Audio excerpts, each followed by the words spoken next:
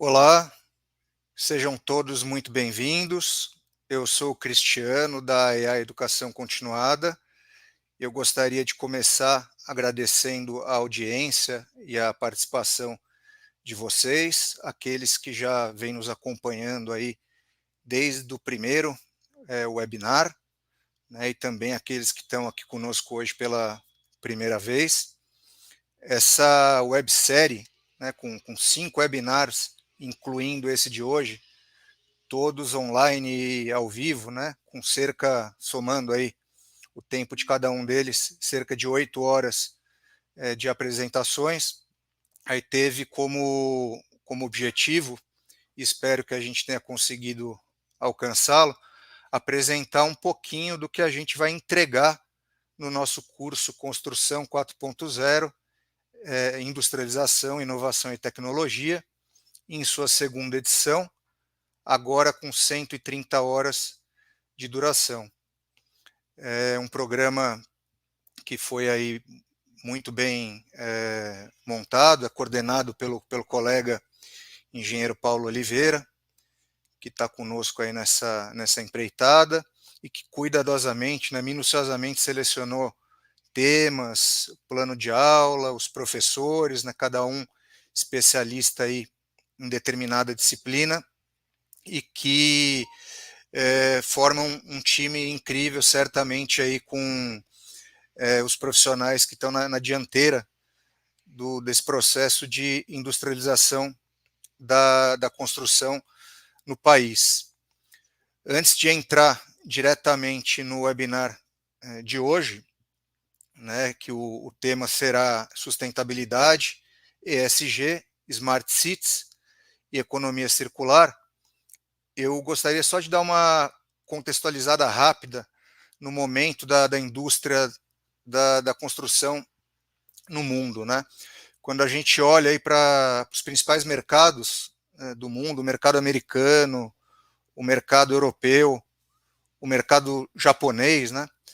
A gente observa os dados e estatísticas, né? E vê aí um movimento crescente e acelerado, né, da industrialização da construção. E o dado concreto é que é um movimento que ele é irreversível. E por que ele é irreversível?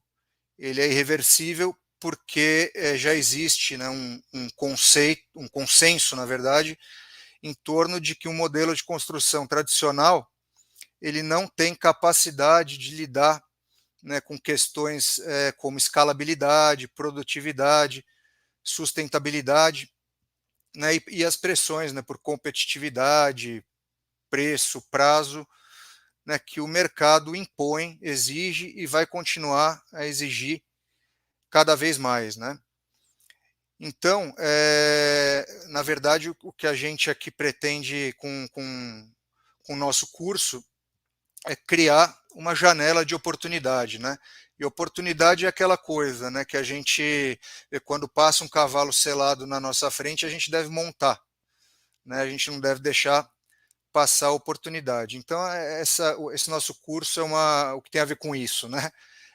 A gente entende que é uma janela de oportunidade onde a gente pretende, né, o objetivo é a gente trilhar um caminho, né, seguir uma direção, um passo a passo e entender como é que a gente sai do momento que a gente está hoje, né, no ponto que a gente está hoje da construção e avança rumo à industrialização da construção, né, entendendo que não é uma coisa que acontece no estalar de dedos, do dia para a noite, é um processo que pode ser feito de diversas formas, em partes, né, e que a gente pretende, então, com esse curso, entregar né, toda essa questão, principalmente apoiados na construção modular e off-site, né, mas também nos seus conceitos, ferramentas, metodologias, tecnologias, né, sistemas construtivos que já estão aí disponíveis, né.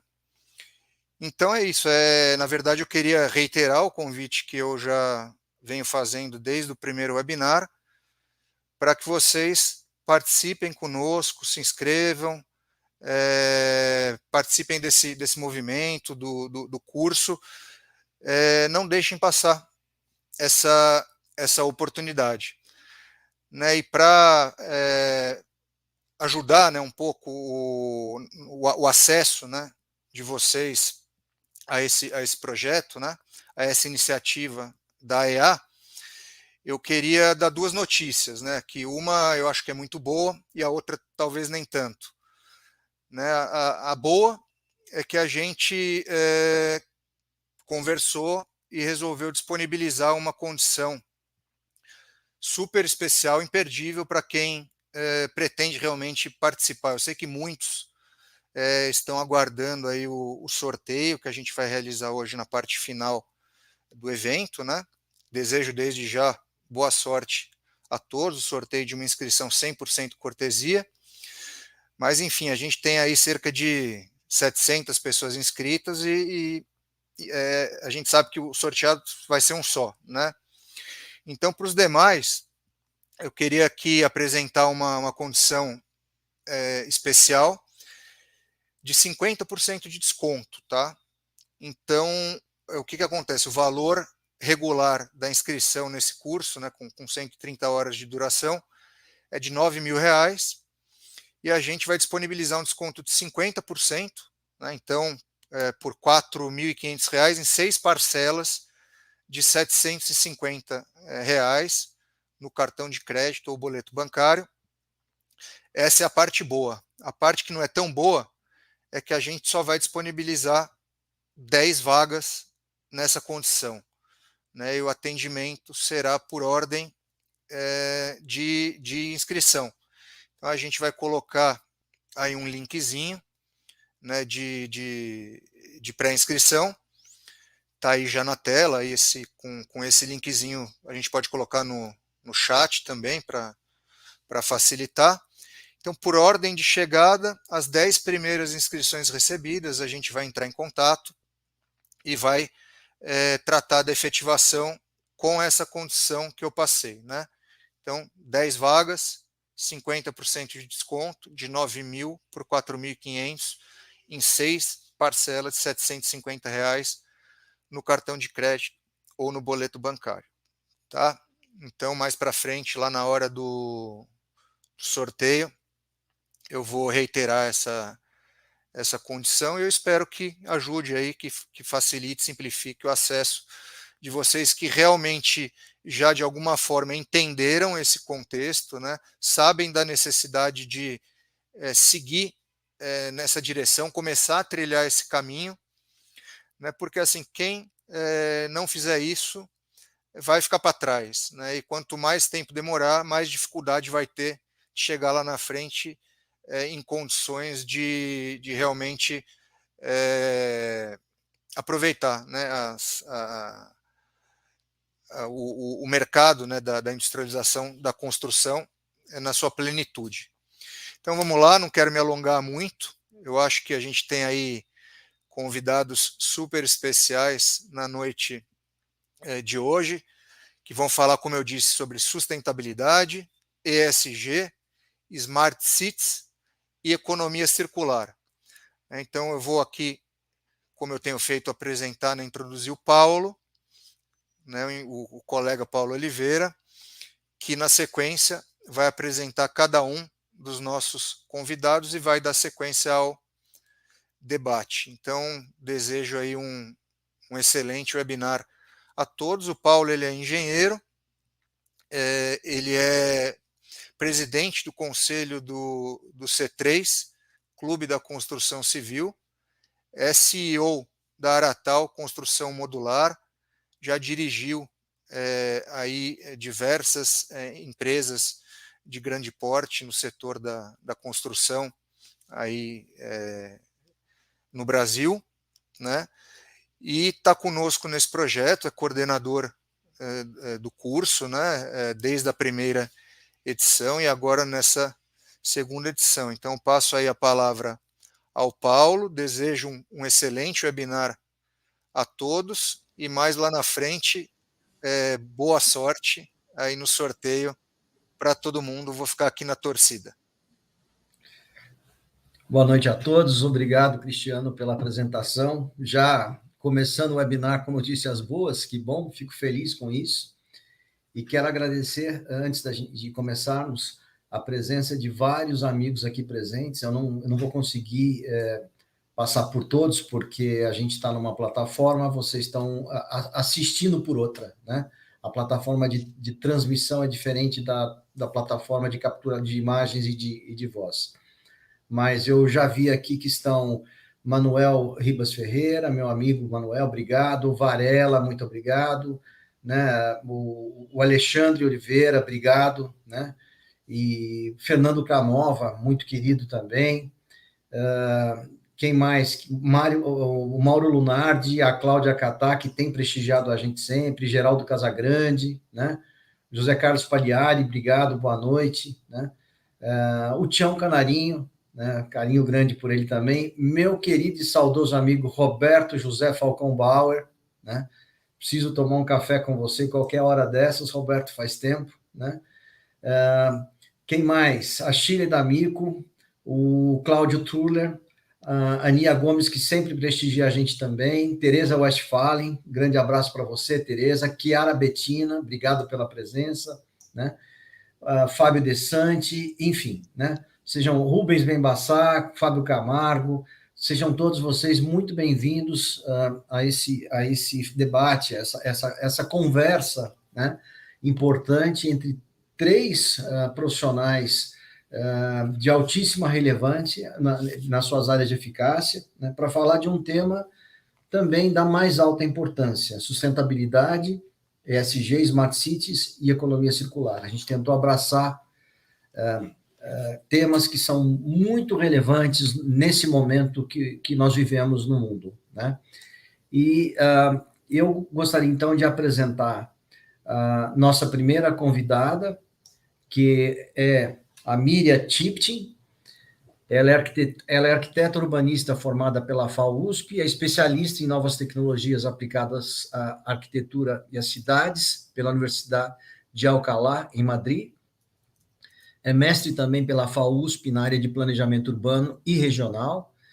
Então, a Miriam, além de pesquisadora na área de sustentabilidade, ela também se tornou LEED, né? Accredited Professional pelo US Green Building Council, né? Desde então, ela atua como consultora de diversos projetos sustentáveis em nível nacional e internacional, ministra cursos e palestras e participa de comissões julgadoras na área de sustentabilidade.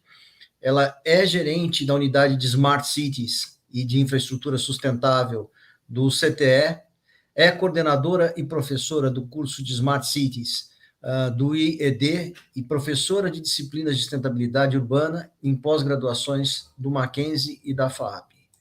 Miriam, boa noite, seja muito bem-vinda, e eu queria que você fizesse as suas considerações iniciais e também apresentasse um pouquinho do CTE para a gente conhecer um pouco melhor. Legal, obrigada, Paulo, Cristiano, pelo convite aí para ser professora, né, do curso e para compartilhar um pouquinho, né, do tema de Smart Cities hoje com vocês. Bom, o CTE é uma empresa de gerenciamento e consultoria no setor da construção civil desde dos anos 90, de 1990, né, então a gente tem aí mais de 30 anos. A gente saiu do IPT, né, o Instituto de Pesquisa Tecnológica da USP, então a inovação, a tecnologia está no nosso DNA, né? E a gente começou na década de 90 aí com gestão da qualidade, né, implementando as ISOs, principalmente, em empresas de todo o Brasil, né? Foi aí que a gente começou a escalar, ganhar um tamanho aí na virada, né, dos anos 2000. A gente abriu a nossa área de gerenciamento, né? Então hoje a gente também faz gerenciamento de projetos e obras no CTE. E aí em 2007 a gente recebeu a nossa primeira demanda de sustentabilidade, né, de um empreendimento certificado LEED, e foi desde então, né, que a gente criou essa área de sustentabilidade que hoje é a maior área do CTE, né? Então a gente tem aí mais de 150 colaboradores, metade, vamos dizer, é da área de sustentabilidade. que está atuando aí com a implementação de estratégias de sustentabilidade em projetos, né, de diferentes escalas, e muitas vezes projetos que estão buscando certificações, né, certificações ambientais. Então, embora a gente tenha começado com a certificação LEED, hoje a gente trabalha com diversas outras, né? Então, ao longo desses anos surgiram, né? E cada uma delas tem um enfoque diferente. Então, hoje a gente tem certificações que são voltadas para saúde, bem-estar, né? Então, o WELL, FitWell, o LEED, além do LEED edifícios, a gente tem o LEED bairros, o LEED cidades, né? Então, a gente sempre utiliza os referenciais técnicos das certificações, porque são eles que trazem aí indicadores, métricas, né, para a gente avaliar mesmo o desempenho dos projetos, né? Então, mesmo que o projeto não esteja buscando uma certificação, a gente se pauta aí, né, nos referenciais técnicos desses selos, para trazer mesmo consistência, né, profundidade técnica e conseguir averiguar mesmo o seu desempenho, né? Então, a área de eu vim da área de sustentabilidade, então eu estou no CTE há 13, acho que 13 anos, e eu comecei trabalhando com Green Buildings, e eu sempre gostei muito, né, da escala urbana, então todos os projetos que chegavam, que tinham essa escala um pouco maior, eu pegava para coordenar, até que há 5 anos eu fui um spin-off da área de sustentabilidade, da área de Green Buildings, e criei a área de Smart Cities. Então, hoje, todos os projetos, né, que têm ou são projetos urbanos mesmo, né, de novas urbanizações, requalificações urbanas, ou até empreendimentos que são pequenos, estão em um lote, mas por causa das legislações mais atuais, né, de São Paulo e também diversos outros municípios, que tornaram os empreendimentos mais abertos, né, para a cidade. Você tem essa linha muito tênue entre o que é público e o que é privado. Então, a gente também trabalha com esses empreendimentos que não são desenvolvimentos urbanos, mas que tem a cidade também no escopo, ou pelo menos a interface, né, do projeto com a cidade, né, e a gente sabe que isso é muito importante para a qualidade ambiental urbana. Então, a gente também trabalha nessas escalas menores aí nessa área.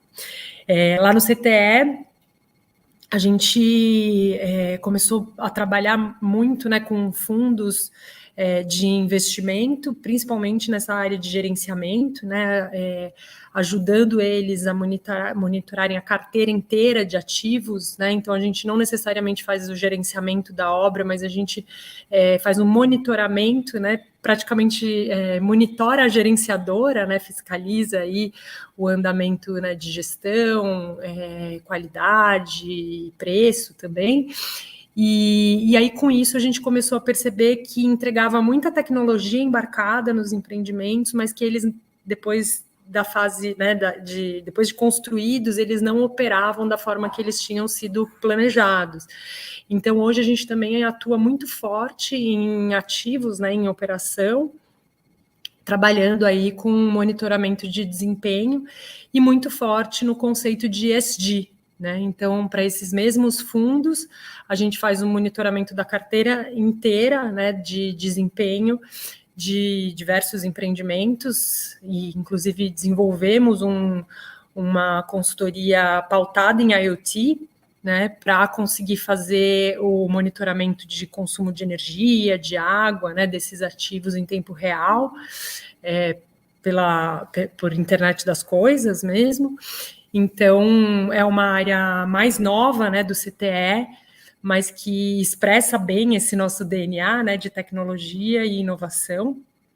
E aí, então, dei um panorama geral aí do CTE, né, o que a gente está fazendo hoje, mas aí ao longo do painel eu vou poder contar um pouquinho mais também. Muito bom, Miriam. Um grande abraço para o meu amigo Bob de Souza e obrigado a ele por emprestar você para a gente aqui, tá? Legal, obrigada. Muito bem-vinda. Bom, eu gostaria agora de convidar para estar conosco uma outra fera, uma grande fera, mais uma, que é a Virgínia Sodré. Ela é engenheira civil pela Universidade Federal do Rio Grande do Norte, é mestre em hidráulica e em saneamento pela USP, com MBA Internacional de Negócios pela FIA USP, foi consultora do Banco Interamericano de Desenvolvimento, do BID, né, da ONU, PNUD e da USTDA. Ela atua há mais de 24 anos no mercado de saneamento e de águas e efluentes no Brasil. A Virgínia foi diretora da Acciona Água, tendo sido responsável pelo mercado de águas e efluentes da empresa no Brasil. Ela também foi diretora da Saur, terceira maior operadora de saneamento francesa, onde ela foi responsável pela estratégia do mercado para a entrada da empresa no Brasil. Ela também atuou na Digrimon Tratamento, né? Tratamento de águas, que é a atual Veolia. A Virgínia foi responsável pela área de saneamento industrial da consultora Camargo Correia, é conselheira do Green Building Council Brasil, do InfraWomen Brasil e do Muda o Presente. E a Virgínia é CEO da Waterbrain e diretora da Infinity Tech. Virgínia, boa noite. É um prazer enorme ter você com a gente. Eu queria que você também fizesse as suas considerações e apresentasse a sua empresa. Por favor, Virgínia. Bom, primeiro, Paulo, Cristiano, queria agradecer esse convite para fazer parte aí desse time aí de estrelas, né, que vão gerar realmente um curso que vai trazer impacto para o setor de edificações, né, construção 4.0, industrialização, inovação e tecnologia, né, eu acho que é um tema muito amplo e urgente, né, a gente vê ainda as faculdades trabalhando ainda, né, com a engenharia tradicional, enquanto o mercado já mudou, né, então acho que essa atualização vai ser muito proveitosa, né, e vai trazer muita atualização para os profissionais que atuam na área. Então, prazer contribuir com vocês, né, eu vou apresentar rapidamente aqui a minha empresa, para vocês conhecerem um pouquinho mais onde a gente atua, e eu espero contribuir aí com esse debate e também, né, você, uma das professoras do curso, trazendo aí a minha visão para vocês. Vou só pedir um minutinho para eu compartilhar aqui minha tela.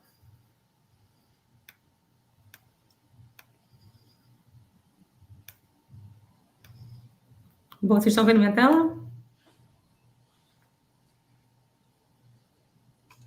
Perfeito. Sim. Tá já em modo apresentação, tá ok. Perfeito. Então, a Infinity Tech, rapidamente, a gente é uma empresa de consultoria e engenharia, né, com foco em gestão estratégica e operacional da água. A gente vem atuando no setor de saneamento também na área de gestão de resíduos sólidos, né, com projetos também voltados à economia circular. E a gente aí, vamos falar assim, tem trabalhado muito no setor de real estate, trazendo, assim, muita inovação e também novos conceitos para esse setor, né. A Infinity, como eu falei, a gente atua em diversos segmentos, a gente tem uma atuação no setor de saneamento, no setor de instituições financeiras, no setor de shopping center, a gente trabalha muito com shopping center, que são grandes consumidores de água, né, e também na indústria de alimentos, trazendo aí, assim, soluções que trazem uma melhoria na gestão da água. Então, nosso objetivo, assim, o nosso propósito é transformar a gestão da água dos nossos clientes numa gestão mais eficiente, inovadora, né, a gente sempre busca trazer inovação com menores riscos e maiores resultados econômicos, né. A Infinity Tech é referência no Brasil, a nossa metodologia de trabalho virou norma técnica, né, a gente foi responsável pela elaboração de 2 textos das normas, né, de conservação de água em edificações e de fontes alternativas não potáveis, né, ou seja, a NBR 5626 não abordava fontes alternativas de água não potável, a gente via muito essa busca, assim, por reuso de água, né, principalmente pelas certificações aí que estimulam, né, a diversificação da matriz hídrica, mas muitas vezes sem critérios técnicos, né, e a gente via muito essa falta de infraestrutura adequada. Então, a gente criou a metodologia das normas, a gente hoje escrevemos um livro aí para a CEBIC, essa publicação que é gratuita, vocês podem baixar do nosso site, e a gente agora também está criando uma metodologia parecida para a Agência de Água, né, de Brasília, a DASA, né, onde a gente aborda também esses 3 tópicos, e a gente também trabalhou na norma de revisão de água de chuva. A gente fez um trabalho também muito relevante, né, com um olhar na bacia hidrográfica, avaliando onde estava a produção industrial, onde estavam as estações de tratamento de esgoto, né, das cidades, e como essas estações de tratamento de esgoto poderiam ser, né, assim, matéria-prima, né, trazer matéria-prima para a indústria, né, com esgoto tratado, sendo este reutilizado, né. Então, a gente avaliou, criamos uma metodologia hoje, que também gerou aí 7 publicações, que também estão no nosso site, quem tiver interesse em conhecer mais esse trabalho, vai poder explorar um pouquinho lá no nosso site essas publicações. Além dessas publicações, a gente também contribuiu aí para o mercado brasileiro com inúmeras outras publicações. Uma delas, né, foi o cálculo de pegada hídrica, só vou mostrar um pouquinho mais no slide, que foi a metodologia de cálculo utilizando a Water Footprint Network, como a gente tem hoje no setor agrícola, né, essa metodologia muito avançada, quantos metros cúbicos, né, eu me aproprio para produzir 1 quilo de carne. A gente trouxe essa literatura para o setor de edificações, trazendo uma metodologia de quantos metros cúbicos eu me aproprio para construir 1 metro quadrado de área construída. Essa metodologia a gente vai falar um pouquinho mais durante o curso. Ela traz uma visão bem interessante, que eu acho que vai ser uma tendência, né, para o futuro, quando a gente for olhar o empreendimento, quem sabe vai ter um token lá apresentando, né, qual foi o consumo, a apropriação de água, ou seja, o quanto esse empreendimento gerou de resíduos, consumiu de energia elétrica, ou seja, para a gente entender um pouco o impacto ambiental das construções, né? Um livro bem recente que a gente lançou esse ano, que aí foca muito nesse tópico aí de Smart Cities também, foi um livro que a gente lançou também para o CEBIC, que está no nosso site, que foi Cidades Resilientes e a Urgência por Projetos Net Zero Water. O Net Zero Water é uma certificação que a gente está ajudando a criar para o GBC Brasil, vou falar um pouquinho mais adiante, ou seja, o GBC já tem hoje a certificação Zero Energy, e a gente vai criar, está ajudando aí, já estamos na fase final, né, com uma comissão técnica, criando o Zero Água. Hoje eu também sou presidente lá do Comitê de Água do GBC, e a gente vem fomentando, né, essa metodologia de não só trabalhar a redução, né, a eficiência do uso da água, mas também trabalhar com a redução do impacto, né, do uso da água nas cidades, né, e nos empreendimentos. Então, é um pouco dessa visão que a Infinitec trabalha. A gente vem atuando na gestão da água nos seus 3 níveis, né, olhando a bacia, ou seja, olhando essa visão estratégica, que é o Strategic Water Vision, como a gente consegue reduzir os impactos na bacia, com a visão de modelagem hídrica, com a visão do entorno, né, com essa disputa por água que já acontece nas cidades, como é que a gente pode trazer soluções para os nossos clientes, até com análise de riscos e com a análise também das mudanças climáticas que já aconteceram e estão impactando, né, a gestão de água urbana,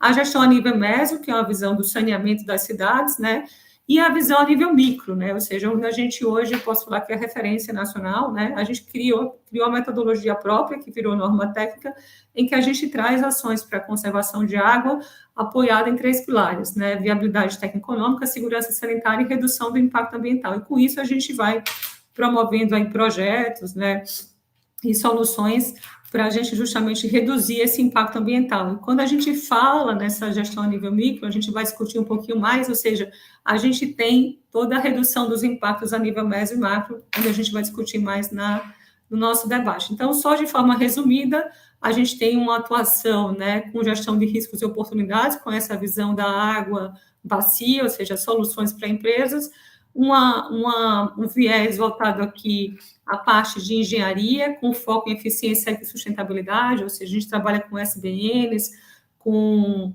lagos, espelhos d'água, soluções que, vamos falar assim, são baseadas na natureza, que a gente tenta replicar aqui o ciclo hidrológico nessas soluções, e soluções de engenharia também para reuso de água, e agora a gente tem essas soluções que visam o zero água, né? Por outro lado, a gente tem agora uma metodologia de auditoria hídrica com base nas normas técnicas, e a gente também tem agora a nossa plataforma de água, em que a gente também vem usando a IoT para trabalhar a gestão e a operação, gerando eficiência hídrica para os nossos clientes. E outra vertente da empresa, que está com foco em economia circular e saneamento, a gente está trabalhando em alguns projetos interessantes, voltados à área de saneamento, tanto a área de resíduos sólidos, como a área de águas e afluentes, com foco em economia circular e novos modelos de negócios. Então, basicamente, essa é a apresentação rápida aí da empresa. A gente está aqui à disposição para contribuir com o debate, né, com esse webinar, que vai realmente aí trazer muitas ideias e realmente buscar essa inovação no setor da construção. Obrigada, Paulo. E Cristiano.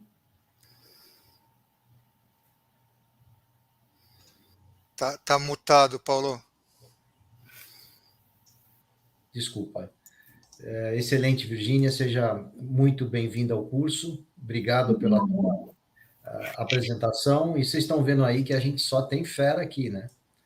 Então, dando continuidade, eu queria apresentar a última fera que estará conosco, que é o Edson Grandizori.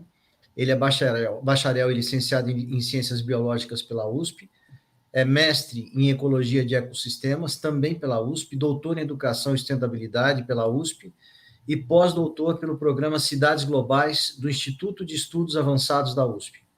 Ele é especialista em Economia Circular pela Universidade, pela UNSCC da ONU, e assessor da Unesco.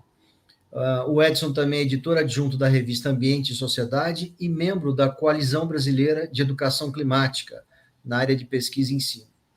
Ele é coordenador educacional do Movimento Circular e diretor do movimento Escolas pelo Clima. O Movimento Circular, eu sugiro que vocês conheçam, é bastante interessante, o Edson vai contar um pouco sobre isso, e aproveito para agradecer também ao meu amigo Vinícius por ter emprestado você para nós essa noite, Edson. Bem-vindo. Eu que agradeço, Paulo, Cristiano, um prazer estar aqui.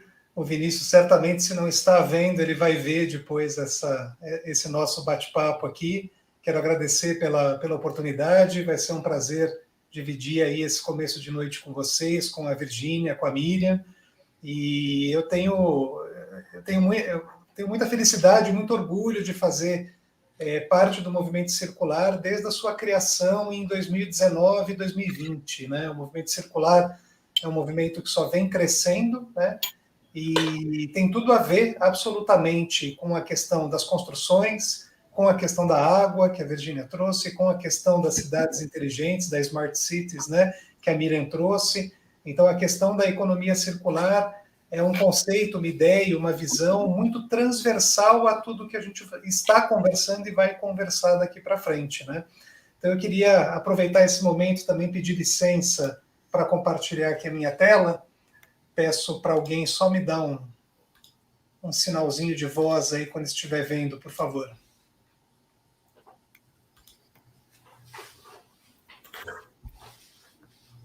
Perfeito, Edson. Ok, obrigado.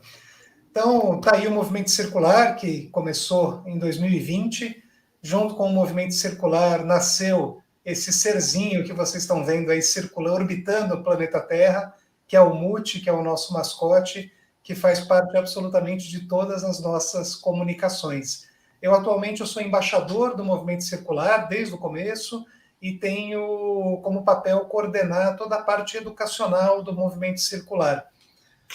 O Movimento Circular, a gente poderia resumir em 3 pontos principais, né? O Movimento Circular é um ecossistema colaborativo, multissetorial, que promove o encontro entre pessoas e organizações. Quando a gente fala pessoas e organizações, a gente está falando de empresas, estamos falando de organizações do terceiro setor, estamos falando de governos, estamos falando de pessoas que têm interesse em conhecer um pouco mais do que é ou do que pode ser uma sociedade focada numa economia mais circular. Com isso, o Movimento Circular dá visibilidade e estimula a criação de boas práticas para sociedades e negócios mais circulares, indo ao encontro também do que foi falado pela Virgínia. E o Movimento Circular, então, ele é comprometido em promover, em estimular, em criar mecanismos para fomentar uma transição da economia linear, ainda vigente, para uma economia mais circular, por meio da educação e da cultura. E falar do movimento circular, falar de economia circular, é importante destacar que nós nos apoiamos nesses 7 R's que vocês estão vendo aí, né? O primeiro R é o R de recusar, o segundo é o R de repensar, o terceiro, reduzir, o quarto, reutilizar, o quinto, reciclar, o sexto, reparar e o sétimo, regenerar. As questões de economia circular, elas são especialmente focadas na questão da reutilização de materiais, fazer com que os materiais possam ficar mais tempo em circulação, mas também a economia circular está muito ligada à questão da regeneração, regenerar aquilo que já foi perdido pela ação humana nos últimos séculos, né? Esses 2 R's são os R's que nos apoiam o tempo todo, em conjunto com os outros 5, né? Formando esse círculo aí virtuoso da economia circular que a gente trabalha dentro do movimento circular. Só para vocês terem uma visão bastante ampla, o movimento circular Ele possui uma plataforma, um hub, que vocês podem visitar. O endereço está ali no cantinho, abaixo à direita, que é movimentocircular.io. E dentro dessa plataforma a gente tem conteúdos exclusivos para parceiros, artigos e notícias especiais, sempre focadas na questão da economia circular. A gente tem planos de aula para professores do ensino básico e do ensino universitário, também sobre economia circular. E toda a semana nós estamos postando nas redes sociais, no Instagram e também na própria plataforma, notícias que nós temos produzido sobre economia circular em parceria com os mais de 60 parceiros do movimento atualmente. Então, se você deseja conhecer um pouco mais profundamente o movimento circular, a nossa equipe, todo o trabalho que a gente tem feito nesses últimos 3 anos, aliás, agora em agosto é aniversário do movimento circular, a gente está completando 3 anos de idade, né? Vocês podem visitar a nossa plataforma movimentocircular.io. Do ponto de vista de ação, né, a gente tem desenvolvido, tem criado várias frentes. Uma dessas frentes é o Desafio Circular. O Desafio Circular é muito legal porque está muito conectado tanto ao ensino básico quanto ao ensino universitário. O Desafio Circular, ele cuida da formação de professores, para que esses professores possam levar para a sala de aula experiências práticas com seus alunos em todas as etapas de ensino, educação básica e ensino superior. Gostaria de dar destaque em um desafio circular que a gente fez com a Universidade Tec de Monterrey, do México, que foi justamente um desafio circular voltado especialmente para a turma de engenharias. Foi um desafio muito legal, e o desafio é justamente esse, criar soluções que tornem a nossa sociedade, os nossos negócios, a nossa vida um pouco mais circular. A gente tem outra iniciativa que se chama Prêmio por um Mundo Sem Lixo. Essa iniciativa é muito legal, porque dialoga também com a educação básica, e a gente reconhece e premia projetos que já estão sendo desenvolvidos e que têm relação com a economia circular, com a redução de resíduos, com a economia de água, tudo que tem a ver, que possa colaborar e construir uma sociedade mais circular. Nós identificamos esses projetos, essas propostas, nas principais feiras de ciência, feiras de engenharia, no Brasil e em toda a América Latina. E nós damos um prêmio, reconhecemos essa iniciativa, ajudando também a divulgar as boas práticas e as ideias que estão conectadas com um mundo mais circular.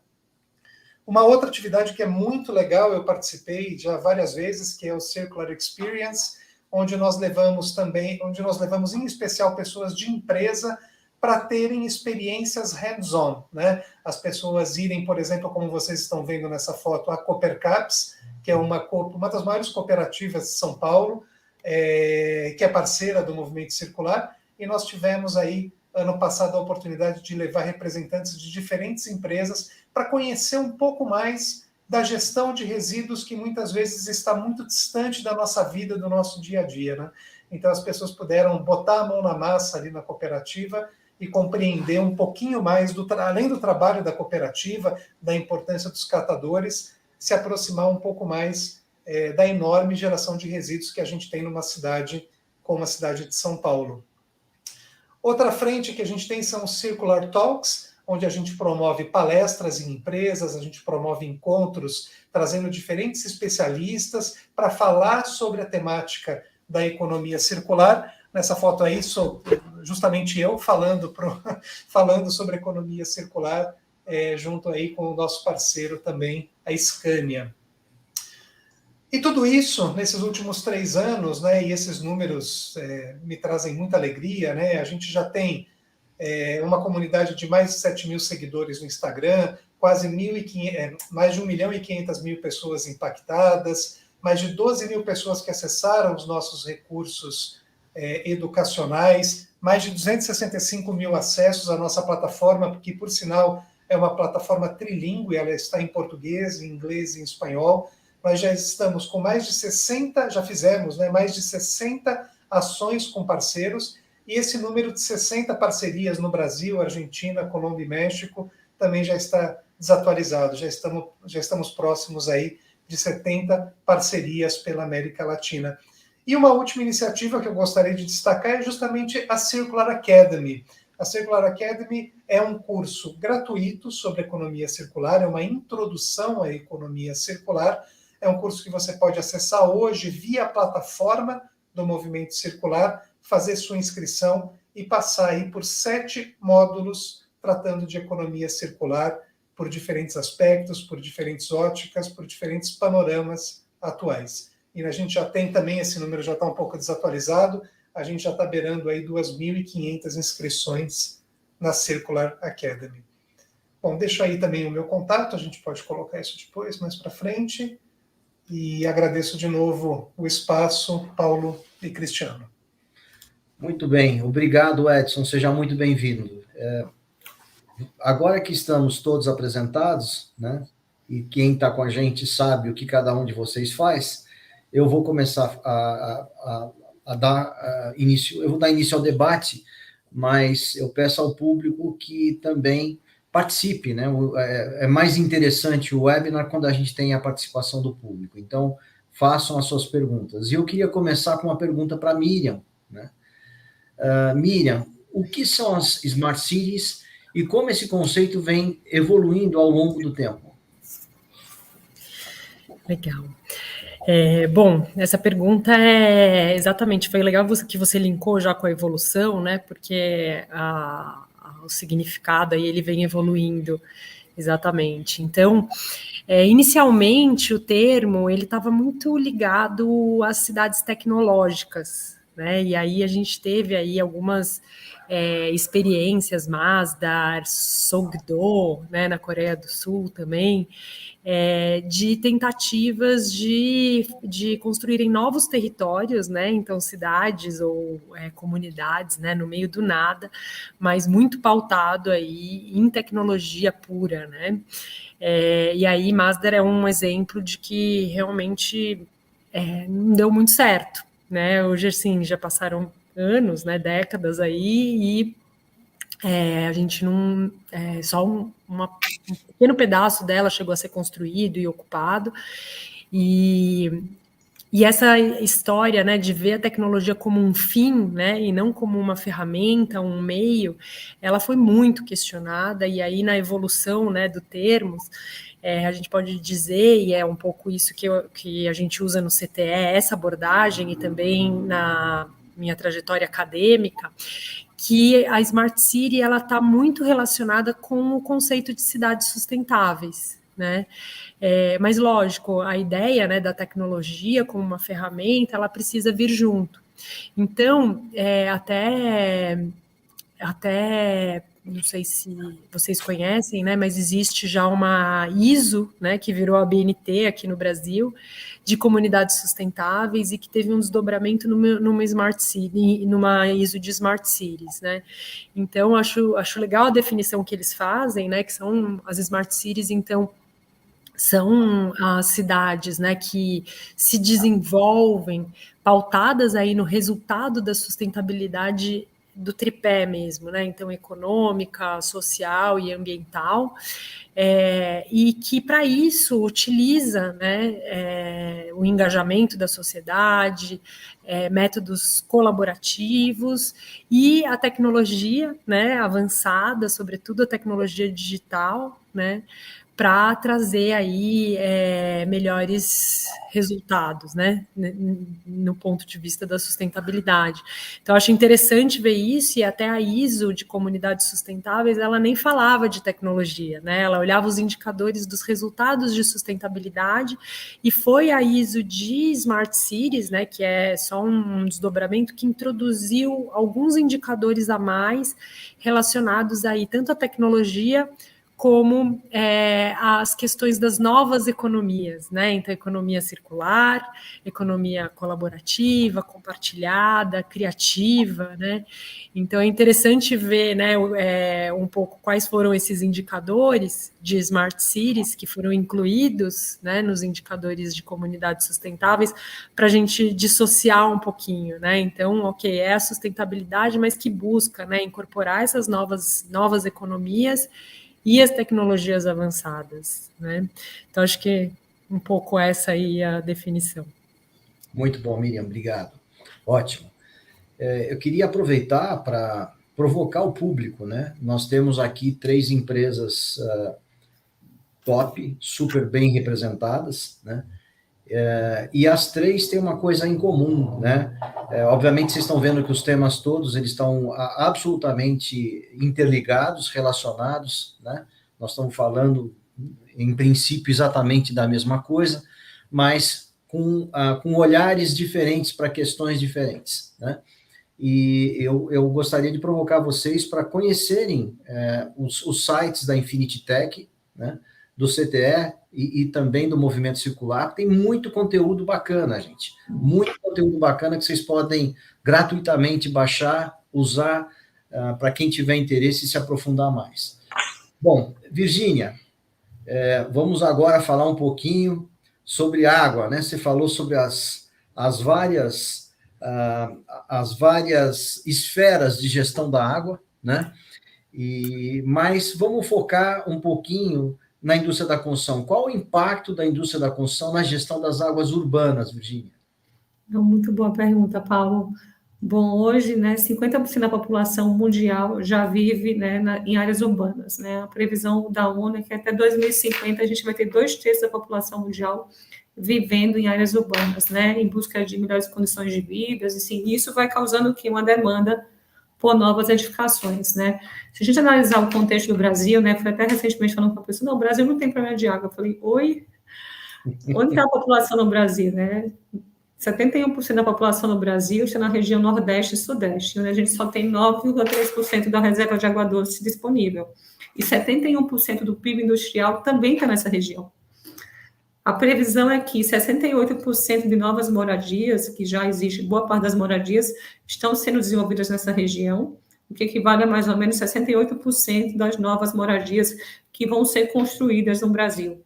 Isso é mais ou menos, assim, a taxa de, segundo a CEBIC, né, a taxa de crescimento de novas edificações é 3,7 vezes maior do que a taxa de crescimento demográfico nessas regiões. Então, isso vem impactando, né, a construção civil tal, que atendendo uma demanda, né, no aumento populacional, em regiões já com estresse hídrico, vamos pensar assim, a gente tem estresse hídrico no Brasil, nas regiões mais adensadas, e a gente tem que repensar a forma com que a gente constrói. Então, trabalhar com ações, né, para a melhoria da gestão da água é urgente nas regiões que a gente está desenvolvendo a construção civil. A construção civil impacta o saneamento, impacta as infraestruturas urbanas e todos esses serviços estão interligados. Então, a gente tem que se atentar para esse fato, né? As pessoas acham, se a gente vê a reserva de água do Brasil em nível absoluto, né, a gente é um país com muita água, mas essa água está na região norte do Brasil, onde só tem os 6% da população vivendo nessa região. Então, é um pouco quebrar esse paradigma que a gente tem muita água e pensar que a gente hoje está construindo em regiões adensadas, que as mudanças climáticas estão impactando essas regiões, seja por excesso de água, né, ou por falta de água, a gente está criando aí problemas, né, com essa urbanização acelerada, né, em regiões com estresse hídrico, né, ou seja, a gente precisa de infraestruturas adequadas para a gente lidar com esse cenário que hoje é cada vez mais crítico, ou seja, já aconteceram as mudanças climáticas, a gente precisa repensar a forma com que a gente constrói, com que a gente projeta os nossos edifícios, para a gente buscar soluções mais resilientes, e a gente tem que ter a consciência aonde a gente está atuando e fazendo o desenvolvimento urbano. Eu acho que isso falta um pouquinho, assim, falta um pouquinho dessa clareza, e eu acho que aí esse é o objetivo da gente repensar, e por isso que um curso como esse, eu acho que vai trazer justamente, né, esse tipo de pensamento para que as novas construções, né, os novos projetos sejam repensados e sejam soluções mais resilientes para lidar com as mudanças do clima e para lidar com esse cenário crítico, né, que a gente está fazendo desenvolvimento urbano nas áreas hoje com mais estresse hídrico no Brasil. Então, eu acho que é mais ou menos essa é a relação. Perfeito, perfeito. Muito bom, Virgínia. A construção tem um papel social importantíssimo, né? É um setor econômico gigante e tem uma responsabilidade social muito importante também. Muito bacana. Edson, você falou rapidamente sobre economia linear, né? Embora o nosso foco na conversa com você seja economia circular, né? Mas o que é economia linear e quais os seus impactos? Para a gente entender o ponto, a gente tem que entender o contraponto também, né, Paulo? Isso é muito importante, né? E o contraponto, e vai muito ao encontro do que a Virgínia também acabou de falar, né?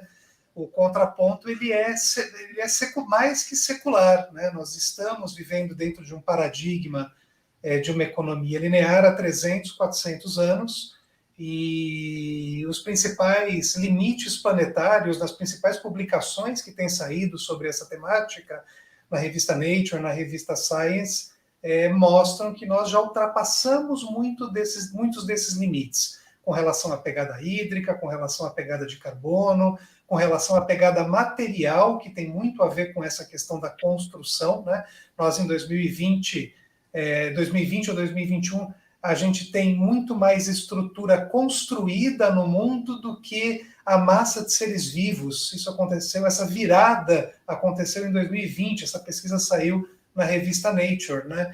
E essa questão está muito ligada a esse modelo da economia linear, que é um modelo que a gente extrai uma grande quantidade de recursos da natureza todos os dias para produzir bens de consumo, né? Esses bens de consumo chegam até os supermercados, as lojas, aos principais pontos de venda, nós consumimos, levamos para casa e cada vez mais, num menor espaço de tempo, nós descartamos esse produto, né? Então, é um modelo, por isso que ele é chamado de linear, né? Onde você está retirando muito do planeta e, ao mesmo tempo, devolvendo uma grande quantidade de resíduos, de lixo, gerando poluição ao longo de 100, 200, 300 anos, né? Esse modelo ele ele é considerado insustentável, ele já se mostra insustentável, primeiro porque o planeta tem limites, né? Por daí que a gente fala em limites planetários. O planeta não é capaz de fornecer tudo o que a gente precisa a todo momento, e nós estamos cada vez mais caminhando para a redução das principais reservas naturais que não são renováveis, né? Então, nós extraímos muito do planeta, ao longo de todo o resto da cadeia de produção e de consumo, nós emitimos muito gás carbônico, né? Nós contribuímos com as mudanças do clima no planeta, também como a Virgínia citou muito bem, e na ponta final, nós estamos produzindo cada vez mais lixo, cada vez mais resíduos, também acreditando que o planeta tem a capacidade de metabolizar tudo isso que a gente está produzindo, né? Então, nós estamos desgastando o planeta, depredando, acho que a melhor palavra é essa mesmo, depredando os nossos recursos naturais e, na ponta final, gerando uma enorme quantidade de lixo e de poluição que o planeta não tem dado conta nessas últimas décadas. Então, esse modelo, podia falar muitos outros impactos desse modelo, mas esse é apenas um panorama do tipo de processo que nós temos favorecido nesses últimos séculos. Perfeito, Edson. É interessante esse ponto que você colocou, porque hoje mesmo a gente estava debatendo uma outra questão, e a gente chegou estava falando sobre crédito de carbono, falou, mas tudo bem, né? A minha empresa, ela compra, né, crédito de carbono, ela consegue repor aquilo que ela consome, que ela joga na atmosfera, né? Isso, obviamente, é importante, é interessante, mas a Virgínia gosta muito do tema Net Zero, né, Virgínia? Esse é um tema que ele vai muito além disso tudo, né? Então, eu queria, depois que a Virgínia comentasse sobre isso, segura só um pouquinho, vai pensando como responder, ou como é que você vai abordar essa questão, mas eu queria perguntar para a Miriam primeiro, já que você falou para a gente o que são as Smart Cities, quais são os objetivos principais das Smart Cities? Eu acho difícil definir quais são os objetivos principais de forma genérica, né? Acho que cada cidade tem o seu gargalo. Eu estou vendo que tem algumas perguntas aqui, do pessoal falando sobre São Paulo, né? E mesmo as cidades brasileiras, elas têm especificidades, né? E mesmo não só cidades, mas regiões, né? A gente tem regiões de São Paulo que o problema grave é saneamento básico, né? Em outras é somente a drenagem ou a questão energética, né? Que a gente pode ter aí, microclima. Então é difícil você falar quais são os objetivos de forma global, né? Mas vamos dizer aí que quando a gente fala de sustentabilidade ou de ESG, a gente está falando de forma muito ampla, né? Quando a gente fala de meio ambiente, a gente entra com água, energia, resíduos, proteção de ecossistema, né? Da biodiversidade, mobilidade. Depois todas as questões, né, de preservação mesmo das pré-existências. Então é um campo muito grande, só o E, vamos dizer, né, do ESG.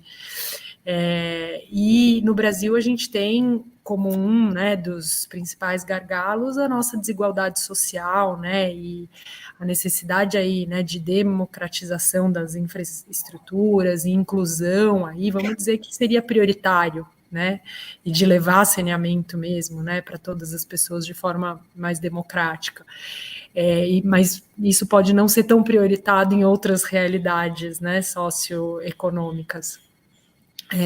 Então, acho que falei aí um pouco, né, mas eu poderia dizer que até fazendo um link, posso fazer um link com uma pergunta que eu li aqui no chat?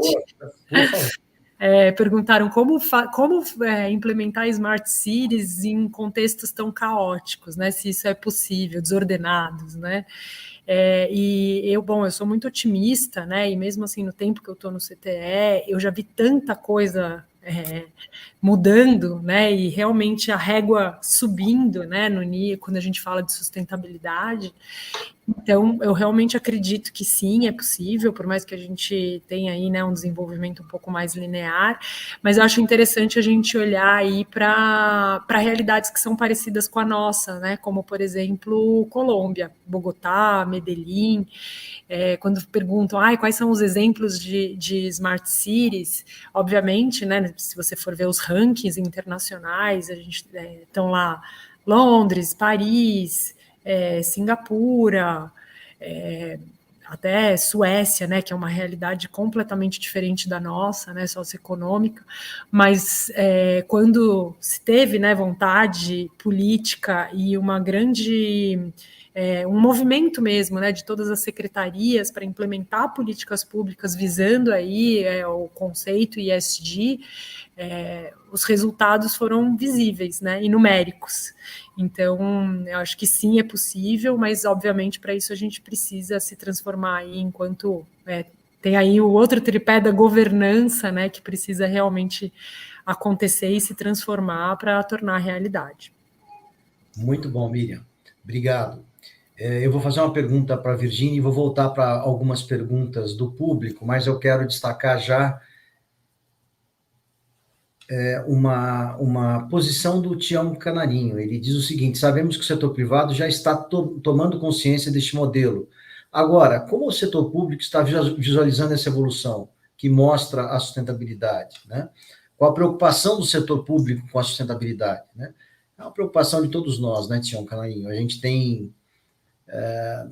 estamos todos no mesmo planeta, né? É esse o ponto. Então, de fato, a gente tem que olhar para essas questões com um carinho muito maior. Como a Miriam colocou, a régua está subindo, o que é bom, né? Mas a gente tem um caminho enorme pela frente aí, e a conscientização é muito importante. Então, esse trabalho que o Movimento Circular faz é importante a gente conhecer e é importante que ele expanda também, né? Mas eu queria perguntar para a Virginia o seguinte: Virginia, a Infinitec ela preparou um guia metodológico de cálculo de pegada hídrica, né, para as edificações. Qual seria o objetivo dessa metodologia de cálculo? O que a gente pode avaliar com a pegada hídrica?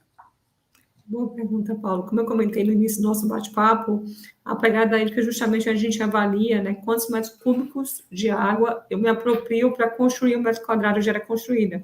Não é só o consumo direto, ou seja, o que vem lá no hidrômetro da concessionária, ou seja, são os insumos que eu uso, os materiais que eu estou, né, comprando e usando no meu orçamento para executar aquela obra, ou seja, a metodologia construtiva que eu vou estar lá implantando na minha obra, ou seja, os metais que eu vou estar utilizando, ou seja, a vida útil do edifício, a pegada hídrica durante o uso do edifício.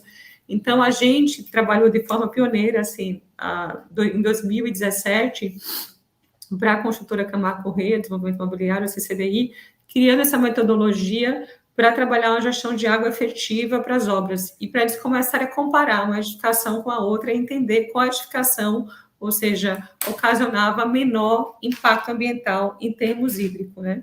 E aí o Sinuscom São Paulo conheceu essa iniciativa e buscou aí financiamento. A gente teve aí um patrocínio da ONU, do PNUD, da Caixa Econômica Federal, e a gente desenvolveu essa metodologia com 7 construtoras, criando a metodologia de cálculo de pegada hídrica para criar um indicador e para justamente promover futuramente, né, esse comparativo. Então, a ideia do Sinuscom, como já existe hoje o CIE Carbon, é criar uma plataforma para que as empresas vão lá, se cadastrem, façam o seu orçamento, ou seja, a gente já consegue fazer uma pegada hídrica do orçamento da obra, ou seja, quanto a gente vai se apropriar por aquela metodologia construtiva, com os materiais que eu estou usando, quanto eu vou me apropriar desse recurso hídrico, quanto isso vai impactar, né, a minha obra, e aí a gente consiga depois fazer essa pegada hídrica também do uso, com base no projeto, e fazer esse benchmark, trazer esse benchmark para o setor.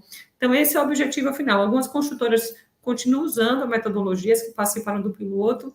Esse guia é um guia metodológico que ensina como as construtoras podem fazer, também está no nosso site, ou seja, pode ser baixado e pode ser estudado, vocês podem começar a utilizar. E aí, depois, a ideia do Sinuscom é fazer uma metodologia como se fosse uma plataforma para que as empresas vão lá e se cadastrem e possam começar a fomentar isso, ou seja, porque, como foi comentado aqui, eu acho que a questão da água é uma questão urgente, né?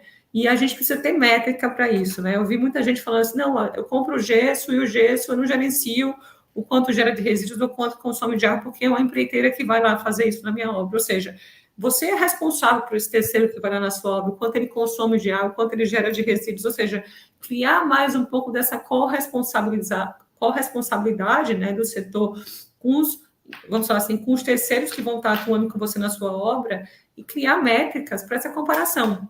Futuramente, né, o que a gente já está vendo hoje, a gente vai, né, comprar uma geladeira, a gente busca uma geladeira com menor, né, consumo de energia elétrica. Quem sabe no futuro, né, daqui a pouco, eu acho que isso já vai acontecer com essa nova geração, né, com os novos milênios, que já pensam um pouco diferente, e acho que esse é o objetivo também do nosso curso aqui, é trazer essa consciência, ou seja, a gente já vai lá comprar aquela edificação, vai ter lá um token falando, olha, isso aqui se apropriou de X metros cúbicos de água por metro quadrado de área construída, ou emitiu X de CO2, né, por metro quadrado de área construída, ou gerou X toneladas de resíduos ou quilos de resíduos. Então, eu acho que essa vai ser a tendência, eu acho que do setor, né, a gente já está vendo esse movimento ESG crescendo bastante, e eu acho que esse é o futuro e a pegada hídrica vai contribuir para isso, né. Depois eu falo um pouquinho do Net Zero, que eu acho que tem muito a ver com o que o Edson comentou aqui, da questão da circularidade, ou seja, a gente depois pode debater um pouquinho mais desse tema também. Bacana. Vamos aproveitar então, Edson, você podia contar para a gente, então, quais são as principais características do modelo de economia circular? Vamos entender melhor economia circular. Por favor, Edson. A economia circular é um modelo fascinante. Quanto mais você se aprofunda, estuda, mais você descobre um universo de possibilidades que tem, e mais do que possibilidades, um universo de oportunidades para muitas pessoas, né? De maneira muito resumida, e o nome economia circular já é muito feliz, né? Porque traz a imagem desse círculo, né? Esse círculo que representa um ciclo que começa da mesma forma que a economia linear, lá na extração do recurso. Esse recurso, diferentemente do que é utilizado hoje, ele vai passar por um processo de redução de desperdícios, de um maior cuidado na exploração desse recurso. Então, desde o início da retirada de um minério, de um metal, de um combustível fóssil, a economia circular já tem que estar em foco. E pensando em produtos, na cadeia de produtos, um dos primeiros passos da economia circular é repensar o design, é o design para a circularidade. O design para a circularidade é fundamental porque ele vai favorecer no final desse desse ciclo, que na realidade não tem final, porque é um ciclo, né? Mas lá na gestão do resíduo, vai facilitar que esse produto possa efetivamente ter as suas partes reutilizadas ou recicladas. O melhor exemplo de linearidade hoje, que está todo mundo com ele no bolso, é o celular, né? O celular é uma caixa preta, literalmente, né? Uma caixa preta, fechada, que é muito difícil a gente conseguir acessar todos os materiais que estão lá dentro para ser reutilizados. Então, pensando no celular, a gente tinha que ter um celular que ele é desde o começo pensado, tem um design para circularidade, para que ele possa chegar no final da vida útil e ter todos os seus metais, o ouro, a platina, o cobre, a prata, tudo que está lá dentro possa voltar para a cadeia produtiva por meio de logística reversa para fazer parte de um produto novo, de um novo celular. A partir do design, a gente tem toda uma preocupação com mudança na matriz energética, a gente tem toda uma preocupação de como a produção nas indústrias está ocorrendo, também do ponto de vista do uso dos recursos, da água, do desperdício, da pegada de carbono, passando para um dever fundamental que o consumidor tem em suas mãos de escolher empresas socioambientalmente responsáveis. O consumidor é uma peça-chave da economia circular. Ele dita muito as regras do que vai acontecer tanto antes quanto depois nessa cadeia circular. E lá na ponta, a gente tem uma gestão de resíduos focada numa logística reversa de verdade, que manda todo esse material de volta para as empresas, para as indústrias, para que ele possa ser reaproveitado, diminuindo enormemente a produção de lixo e de resíduos ali no final. Então, 2 pontos fundamentais dessa cadeia, eu acho que são justamente o reaproveitamento e a instalação de processos verdadeiros de logística reversa. É um grande desafio, mas a gente tem que ter esse desafio muito claro na cabeça e também nas nossas ações todos os dias. Show, Edson. E eu vi, uma vez o Vinícius me mostrou, na verdade, um infográfico que tem no site do Movimento Circular, que mostra uma cidadezinha, não é tema de hoje, mas eu fiquei muito contente que eu vi lá construção modular, né? Nosso papo não é hoje sobre industrialização, mas obviamente a industrialização da construção off-site modular, elas geram benefícios, já são naturalmente sustentáveis, né? E geram benefícios importantes dentro de um ciclo como o que você está colocando, né? O próprio descarte ou reaproveitamento de partes, né? É muito interessante em processos como esse, mas muito bacana. Eu queria agora trazer uma pergunta, tanto para a Miriam como para a Virgínia, da Soraya Luizzi. Ela fala sobre a dúvida, né, sustentabilidade, saneamento, reflorestamento, crédito de carbonos, como conseguir em São Paulo? Então, ela faz uma primeira pergunta, aí ela emenda com uma outra coisa, né? Como é que a gente faz para proteger o solo da erosão na cidade de São Paulo? E ela diz ainda que tem um caminho enorme, né? Novos projetos que estão aderindo à sustentabilidade, mas que tem um setor da cidade carregado de aterro químico, aterro sanitário e pior, né? Erosão do subsolo. Queria os comentários de vocês sobre esses pontos, então, Miriam e Virgínia. Vamos começar, Miriam? Posso falar? Pode começar você. Não, então, falando um pouquinho, Soraya, bacana a sua pergunta, assim, na realidade, toda a infraestrutura está interligada, né? Quando a gente vê o uso e ocupação do solo, ou seja, um plano diretor eficiente, ou seja, vai promover uma melhor gestão territorial, né? E isso, assim, esses impactos deveriam ser menores. Mas o que a gente vê hoje, né, no mercado, ou seja, esse número de pessoas, né, que cada vez mais estão vindo para áreas urbanas, essas novas habitações, muitas vezes irregulares, em áreas que deveriam ser protegidas, não deveriam ser ocupadas, ou seja, toda essa corrida, né, por edificação, às vezes, assim, né, edificações, eu diria assim, que até ocasionam riscos aos seus usuários, né, que são barracos, ou seja, essa ocupação irregular vai agravando ainda mais esse problema, né. Mas hoje, assim, as construtoras, ou seja, já tem hoje um controle maior, ou seja, aqui em São Paulo, por exemplo, apesar de todos os problemas que a gente tem, a CETESB hoje, ou seja, os órgãos ambientais, são eficientes em fiscalizarem né, a maioria das construções, para ter esse controle, né, dessa poluição causada, né, pelos movimentos de terras, pela terraplenagem, pela construção, por esse impacto causado pela construção em si. Então, as construtoras, assim, que já estão com práticas melhores, ou seja, que já possuem, vamos falar assim, um departamento de qualidade, buscam fazer uma melhor gestão das suas infraestruturas, né, das suas obras, conseguem reduzir esse impacto, mas ainda há um grande impacto, e principalmente a poluição difusa causada pelas chuvas leva, né, muitas vezes essa terra, né, para os rios, e isso vai também reduzindo a calha, né, dos rios. Aí quando a gente chove, ou seja, a gente tem aí, assim, um alagamento de áreas. Mas hoje eu vejo São Paulo, apesar de todos os problemas, assim, uma cidade que tem um controle ambiental maior. Até mesmo você colocou aqui a questão dos aterros químicos, né?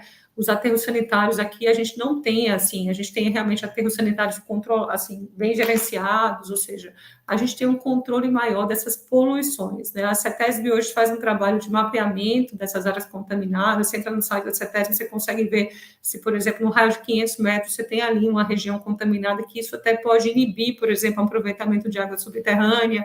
Ou seja, as informações estão bem mais acessíveis, assim, muito diferente da realidade de outros municípios, né, que outros estados também, que não tem um órgão assim como a CETESB, que tem, eu acho que um padrão de atuação um pouco mais elevado, assim, a gente comparando o Brasil como um todo. Ou seja, os problemas existem, vou falar que não existem, mas aqui eu percebo um controle maior, né, porque a gente tem um órgão ambiental mais atuante e mais vigilante, né, o que acaba, vamos assim, resultando com que as empresas consigam trabalhar de forma mais estruturada. Mas o que a gente tem que pensar é que tudo isso, né, toda essa gestão, ou seja, a ocupação urbana desordenada, ou seja, a geração de resíduos, a geração de terra, ou seja, tudo isso vai, assim, a infraestrutura está toda integrada, né, o saneamento está integrado a tudo isso, né, a infraestrutura urbana, os rios, né, ou seja, todo o lixo urbano, ou seja, quando não coletado pela empresa de lixo, quando não disposto adequadamente, vai parar nos mananciais, né, e a gente vê hoje o DAE fazendo esse trabalho incrível, juntamente com o governo do estado de São Paulo, tentando recolher, né, essas toneladas de lixo do rio aqui Pinheiros para manter o rio limpo, porque não adianta só tratar o esgoto, ou seja, a gente tem essa poluição difusa que carrega essa água de chuva, que carrega esses resíduos, né, a terra, para os mananciais. Mas eu vejo que a gente evoluiu um pouco, falta muito a fazer, as construtoras mais eficientes já estão com processos mais, assim, criteriosos, né, mas a gente ainda tem muito a fazer, tem muita obra ainda que não tem nem autorização e está sendo executada e está sendo feito esses projetos de qualquer jeito. Então, essa é a minha opinião. Passo a bola agora para a Miriam complementar aí com a visão dela. Não, acho que foi super completa e técnica a resposta, só complementando, a quantidade de sedimentos, né, que sai, por exemplo, das obras com água de chuva, o limite, né, dessa quantidade de sedimentos é lei federal, né, CONAMA. O que acontece é que não tem fiscalização, né? Então a gente vê esses processos erosivos acontecendo, né? Principalmente nessas atividades construtivas, e a Virgínia comentou das construtoras, né? Que já tem como padrão seguir procedimentos, né? Para controlar isso e manter esses sedimentos dentro dos terrenos, mas a gente sabe que tem muita obra menor, né? Que é feita por pequenas empreiteiras ou até em áreas irregulares, então que a gente perde um pouco esse controle, né? Então, assim, por um lado, as obras formais, né, de construtoras maiores, já estão implementando estratégias, né, para minimizar esses processos erosivos, mas a gente tem um chão mesmo ainda pela frente quando a gente olha a cidade como um todo, né? Mas, por outro lado, aí vem tendo uma visão um pouco mais otimista, parte desses sólidos suspensos, né, que estão aí sendo carreados com as chuvas, pode ser filtrado a partir de jardins de chuva, e São Paulo é um exemplo de cidade que está implementando isso como política pública, né? Começou com uma iniciativa da subprefeitura da Sé, né, mas hoje já virou política pública e todas as subprefeituras precisam implementar, né? Jardins de chuva que não só vão infiltrar a água da chuva, recarregando os nossos lençóis freáticos, mas esses jardins acabam sendo uma superfície, né, que vai filtrando essa água escoada, né, e minimizando aí os processos erosivos. Então, uma visão aí um pouco mais otimista para a nossa cidade, e que também está acontecendo em outras cidades. Belo Horizonte, por exemplo, é uma delas. Só complementando aqui a Miriam, eu queria comentar um assunto interessante, né? Você comentou essa questão da infraestruturas verdes, né, para controle dessa poluição difusa, para recarga do aquífero, que é realmente uma necessidade urgente, né? A gente ter infraestruturas mais esponjosas, né? Frente a essas mudanças climáticas, a gente precisa ter soluções mais resilientes e adaptadas. Mas olha que antagônico, né? A gente vê a Prefeitura de São Paulo com a prefeitura ligada ao clima, né, fazendo essas ações de adoção de canteiros, né, de locais para jardim de chuvas, mas a lei da cota ambiental ainda não mudou.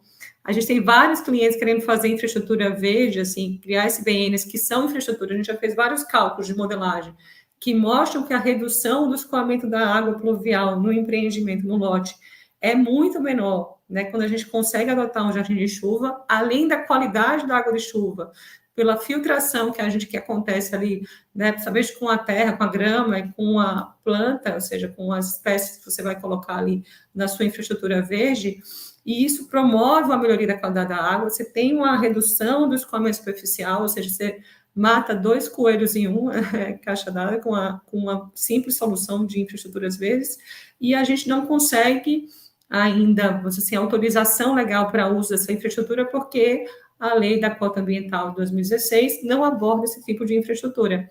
Então, fica muito difícil, né? Ou seja, eu abordo, que é interessante para as cidades, mas eu ainda não mudei a minha lei, e aí eu deixo aqui só uma pincelada, não sei se no curso, Paulo, vocês vão discutir um pouco os aspectos legais, mas, assim, às vezes a tecnologia avança, ou seja, as ações de engenharia avançam, e as nossas leis municipais ainda não se adequam a essa nova realidade, né? A gente tem uma discrepância aí de tempo que é importante, e a gente acaba não conseguindo, né, valorizar esse tipo de solução usando ainda reservatórios de detenção de piscininhas frente a soluções que são muito mais inteligentes e promovem a melhoria da qualidade da água, né?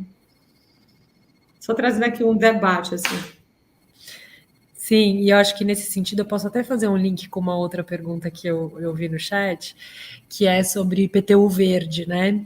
A Virgínia comentou da cota ambiental, eu não sei se todos sabem, mas teve um último decreto aprovado dentro da cota ambiental que era relativo a desconto em outorga onerosa para projetos com certificação de sustentabilidade. Então, assim, não é exatamente o IPTU verde, né, porque não é desconto em IPTU, mas sim desconto em outorga onerosa, então acaba beneficiando aí empreendimentos novos, né, mais do que os existentes e proprietários, né, de terrenos, né, mas é um incentivo também, só que depois que foi aprovado o decreto, na gestão seguinte não houve a regulamentação de que certificações, que níveis de certificações, né, e então ficou solto e não acabou não sendo aplicável, né, vamos dizer assim, ninguém nunca utilizou esse benefício. Então, da mesma forma, né, que a cota ambiental precisa se atualizar diante dessas tecnologias que já são política pública mesmo para a cidade, também temos que retomar a discussão aí não só, né, do desconto em outorga onerosa, mas IPTU verde também para iniciativas de sustentabilidade nos lotes, a exemplo de outros municípios que saíram na frente, como Salvador, Porto Alegre, e que estão conseguindo aplicar isso de forma com resultados interessantes. Excelente os aspectos que vocês estão colocando, e eu quero até destacar que o Rubens Benbassar, ele destacou aqui o IPTU verde de São Paulo, né, o que aconteceu, o que acreditam que precisa acontecer para que São Paulo aprove logo, né, para construções existentes e novas de forma benéfica e interessante para os moradores de todo o entorno. Então, são questões que vocês estão trazendo que são super importantes mesmo, e a gente tem que pensar nelas. O Manuel Ribas Ferreira, ele fala o seguinte, nós focamos um pouco, muito na questão das obras, né, mas de uma forma mais ampla, o planejamento e uso do solo, invocações regionais, isso é fundamental para não agravar o problema. Então, a gente tem que pensar também no problema a partir da origem, né? Então, tem muita coisa a ser feita mesmo. Mas muito bom, eu quero fazer uma pergunta para o Edson, né? Edson, como o modelo circular pode colaborar no enfrentamento das mudanças climáticas? Vamos mudar um pouquinho a nossa temática para não perder a oportunidade de falar sobre mudança climática também. É o tema do momento, né? Um dos, né, hot temas aí do momento, eu acho que são as mudanças climáticas, né? E eu tenho me dedicado muito a estudar essa temática, principalmente do ponto de vista educacional, né? De como levar a questão das mudanças climáticas para um público geral, para estudantes, para universidades, para que se torne, não diria uma temática obrigatória, mas sim uma temática que seja tratada em algum momento em diferentes cursos, né? Que não fique como é tradicional na mão dos biólogos ou na mão dos geólogos ou dos geógrafos, né? Mas veja quantas coisas que a gente está falando aqui do ponto de vista de infraestrutura, do ponto de vista de cidades, inclusive que são altamente produtoras de gases de efeito estufa, né, que demandam uma grande quantidade de energia, demandam combustíveis fósseis para o deslocamento das pessoas, né?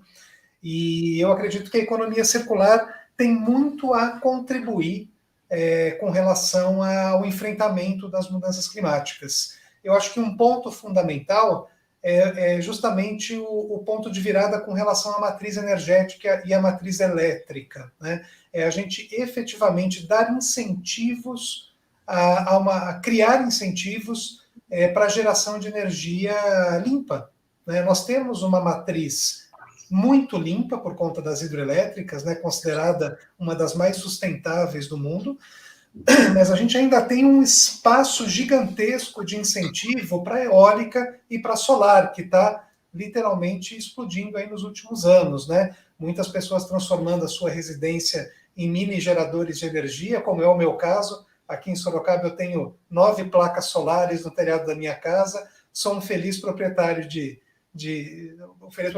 placas solares que está colaborando de alguma forma diretamente para reduzir os problemas ligados à mudança climática.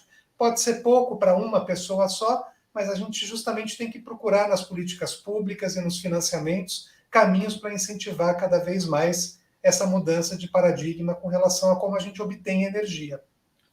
Outro ponto fundamental que também tem a ver com energia é a questão dos combustíveis fósseis. A era dos combustíveis fósseis cada vez mais está ficando para trás, justamente por conta dessa problemática global que a gente tem. Não sei se os carros e ônibus elétricos são, nesse momento, uma solução que efetivamente, aí já fazendo uma provocação também, né, que se efetivamente vão colaborar com essa questão da mudança climática, porque no nosso país talvez seja tão interessante quanto a gente colocar etanol no tanque, quanto escolher um carro elétrico, né? Parece que o etanol, tem várias pesquisas que estão mostrando que o etanol parece que é mais efetivo com relação ao enfrentamento das mudanças climáticas do que o carro elétrico, né? Porque a gente tem que pensar que o carro elétrico vai ser abastecido de eletricidade que está vindo de que matriz naquela época do ano, né? Então tem muitos pontos de vista e tem uma complexidade muito grande que a gente pode trabalhar. E a questão dos resíduos, né? Quanto menos a gente gerar resíduos, gerar lixo, gerar poluição, a gente pode colaborar aí com uma redução de 10% a 20% das emissões somente na redução da produção de resíduos no nosso país e no mundo. Tem muitos aspectos que a economia circular pode colaborar no enfrentamento das mudanças climáticas. Muito bom. Bom, nós estamos caminhando para o finalzinho, eu acho que tem espaço para 2 perguntas, né? E eu quero agradecer ao Antônio Brasileiro Gomes, que nos cumprimenta aqui, né? Obrigado pela tua presença, pelo prestígio e pelo seu elogio. E eu queria fazer uma primeira pergunta do Alexandre Pandolfo, que ela está destinada aos 3. Né? O Alexandre Pandolfo, obrigado pela presença, meu querido amigo e sócio, né, na Aratal. Ele pergunta o seguinte: será que um dia os imóveis serão comprados também pela sua eficiência na construção, passando, por exemplo, pela eficiência operacional de consumo de energia, de água, etc., né? Hoje a gente tem muito cuidado, né? Pelo menos lá na Aratal, né? Já projetar para eficácia hidroenergética, né? Usar dispositivos que gerem consumo de água, que gerem redução do consumo de água, de energia. Então, mas o projeto que começa com a boa arquitetura, né, pensando em ventilação, né, insolação, conforto termoacústico, como é que eu faço um bom isolamento para poder ter o menor consumo de energia possível, né, para climatizar, etc. Mas, independentemente disso, todas as questões que o Alexandre pergunta são razoáveis, mais do que razoáveis, e eu gostaria de entender a posição de vocês três. Pode ser? Posso começar aí? Eu acho que isso já acontece, né? Será que um dia isso já é presente, assim, né? No meu conhecimento, no CTE, né? A gente acaba tendo muito contato, assim, né? Com pesquisas de satisfação e do que os clientes querem em stand de vendas. Então, eu já posso dizer isso não só pelo residencial, né? Que é até o usuário final, mas principalmente por empresas, né? Então, no corporativo, as empresas realmente estão colocando isso como um ativo mesmo, né, do empreendimento. Não só porque tem, né, multinacionais, né, que precisam estar por regras, né, internas, precisam estar em empreendimentos de alto desempenho, mas porque o condomínio, né, desses empreendimentos você acaba tendo uma redução, né, de consumos aí.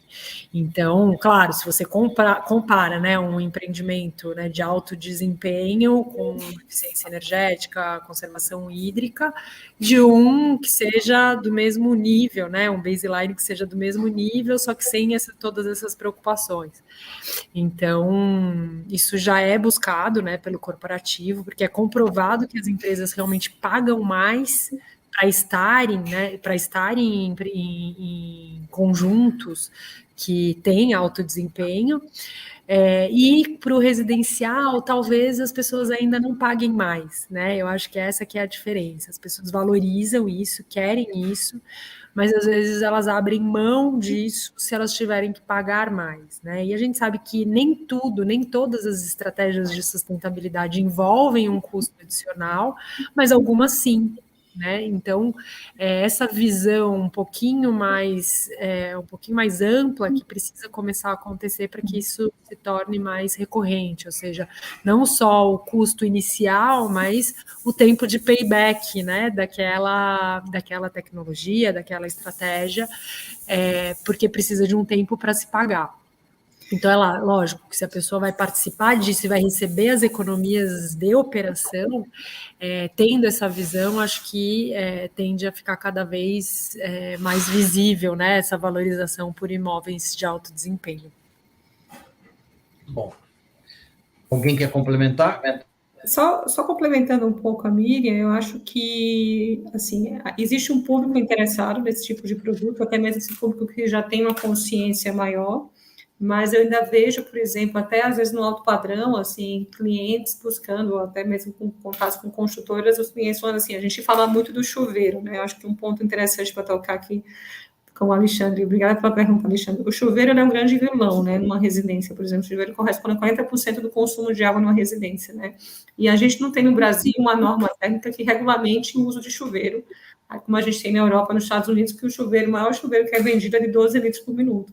A gente tem chuveiros no mercado que são de 40 litros por minuto, ou seja, um banho de 5 minutos é o consumo, assim, de 200 litros por pessoa dia num banho, né? Então, a gente não tem muito essa consciência ainda, eu acho, assim, como usuário, com o nosso impacto no uso das nossas infraestruturas, no equipamento que a gente compra, ou seja, as construtoras não entregam muitas vezes o chuveiro, não entregam esses equipamentos, né, que vão ser utilizados, a lâmpada eficiente, ou seja, então cabe muito ao usuário, né, final, a adoção dessas tecnologias. E muitas vezes eu vejo que essa aquisição por produtos mais eficientes, ou seja, muitas vezes é postergada mais pelo design, né, pelo alto padrão, pela busca de um estado social que não está muito ligado à eficiência. Eu acho que isso, assim, essa é um pouco a minha visão, é uma visão que acho que ainda as coisas, assim, ainda as pessoas precisam entender que não só elas serem sustentáveis, não é só fazer a reciclagem do seu lixo e também ela olhar o quanto ela está utilizando de água, ou seja, qual é o chuveiro que ela está utilizando, quanto tempo ela está gastando no banho. Então, assim, um pouco aqui de educação ambiental, assim, que ela precisa se apropriar do que ela está utilizando, como ela está consumindo, ou seja, como ela consegue adotar esses equipamentos mais eficientes, né, em termos de água e energia, para ela reduzir a sua pegada, assim, ambiental. Então, eu vejo que realmente, assim, essa é um pouquinho minha visão, destoando, assim, um pouquinho, né, como a Miriam falou, do mercado, vamos dizer assim, empresarial, ou seja, de real estate, ou seja, as empresas buscam realmente essa eficiência porque elas sabem o benefício que elas vão ter com a sua edificação. E tem dispositivos, né, Virginia? Um deles você conhece muito bem, a gente também, né, que permite 100% de economia de água durante o aquecimento da água para o banho, né? Você pode usar um chuveiro, obviamente, muito mais eficiente, né, de 12 litros por minuto, como você está colocando, mas você pode economizar toda essa água que você perde, que você joga fora e paga também uma taxa de esgoto para jogar essa água fora, né, uma água tratada, cara, né, potável, né, você pode, obviamente, economizar essa água, porque ela retorna para o reservatório até ela chegar na temperatura ideal de banho. Isso não é um sistema de recirculação, é um sistema totalmente mecânico. Então, tem coisas simples que a gente pode fazer, né, para poder colaborar para a questão da água, pelo menos. Bom, eu não sei se o Edson quer completar. Muito brevemente, na realidade. Eu gostei muito dessa pergunta do Alexandre, né, e também complementando um pouco a discussão, eu acho que a gente ainda tem essas possibilidades disponíveis por um pequeno número de pessoas, né? Eu acho que a gente tem que pensar do ponto de vista de projeto de nação, de políticas públicas, pensando na desigualdade enorme que a gente tem no Brasil e também no mundo, como que a gente permite que as pessoas façam efetivamente esse tipo de escolha de maneira mais democrática e do ponto de vista mais acessível.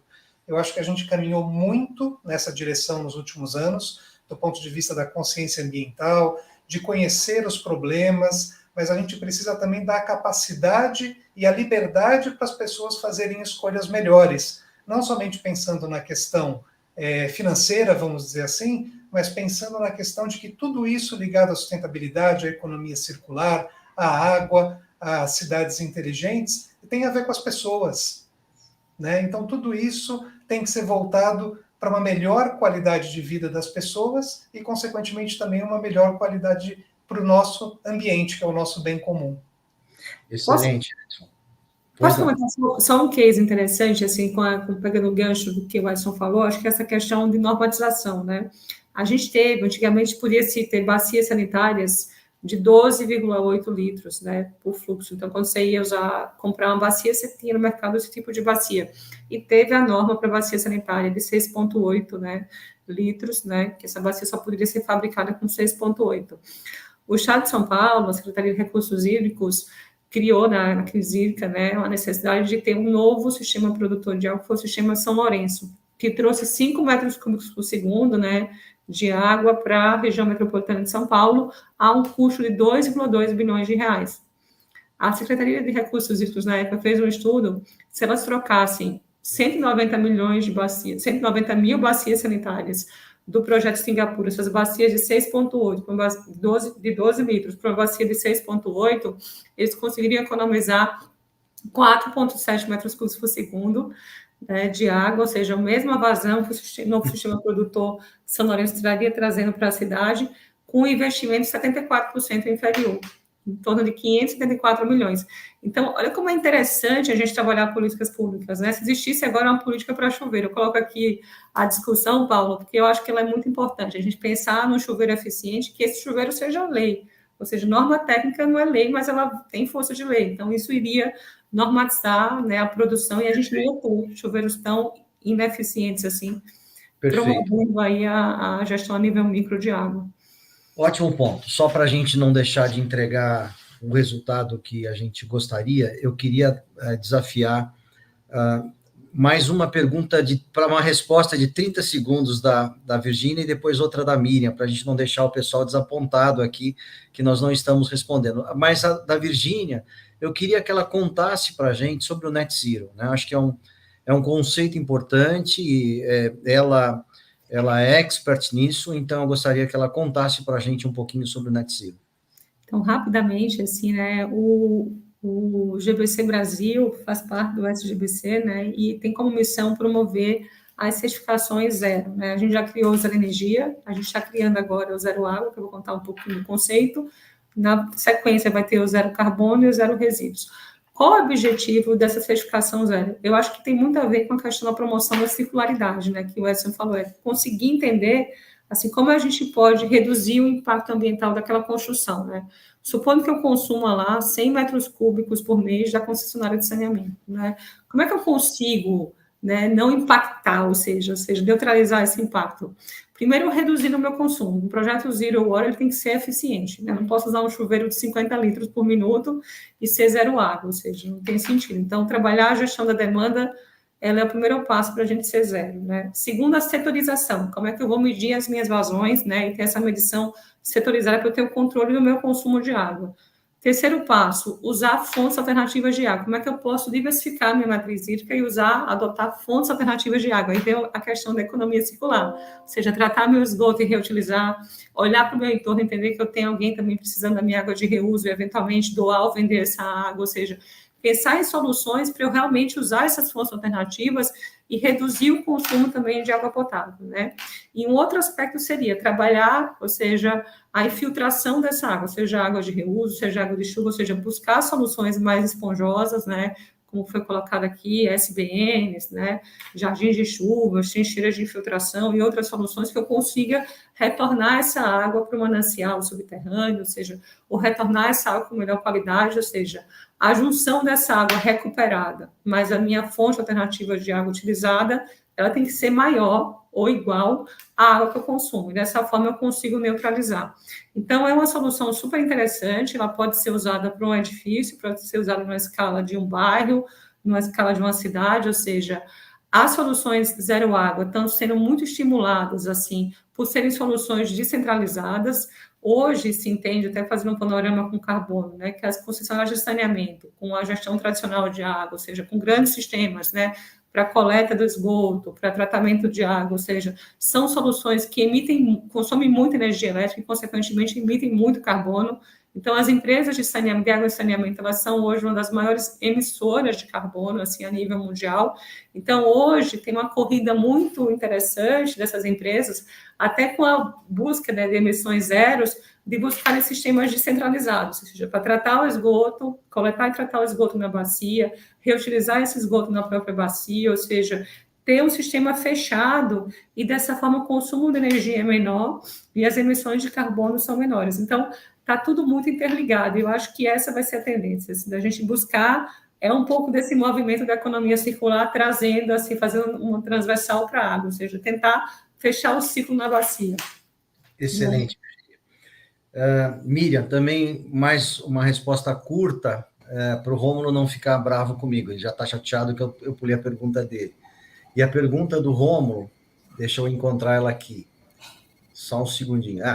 Sobre as nossas cidades desordenadas, ainda é possível... Mas essa daí a gente respondeu, foi essa que eu tinha lido no começo, que eu perguntei se era possível as smart cities em cidades tão desordenadas, acho que está contemplado.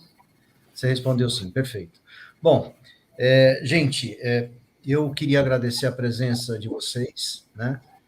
Como a gente prometeu aqui, um baita conteúdo entregue, parabéns aos três especialistas, 3 feras, tenho muito orgulho de estar aqui com vocês, para a gente trazer esse tema para quem nos ouve, e que vocês estejam com a gente, então, no curso de Construção 4.0. Agradeço também o convite do Cristiano, e convido o Cristiano para poder fazer o encerramento do evento. Muito boa noite a todos, obrigado por todos que nos prestigiaram nesse webinar de hoje. Obrigada, abraço. Obrigado, Miriam. Boa noite. Boa noite.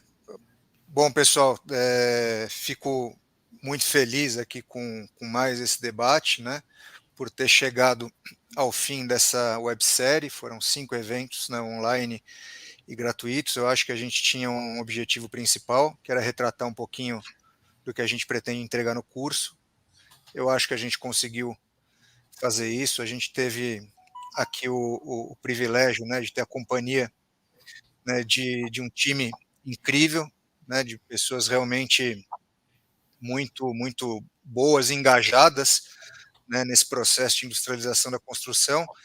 E também posso dizer que a gente ficou sempre muito bem acompanhado aqui de uma belíssima audiência, né, uma audiência, qualitativamente falando, muito boa. A gente vê aí diversos nomes conhecidos, né, que a gente já está, de certa forma, familiarizado. Então, queria parabenizar realmente a qualidade também da nossa audiência, né.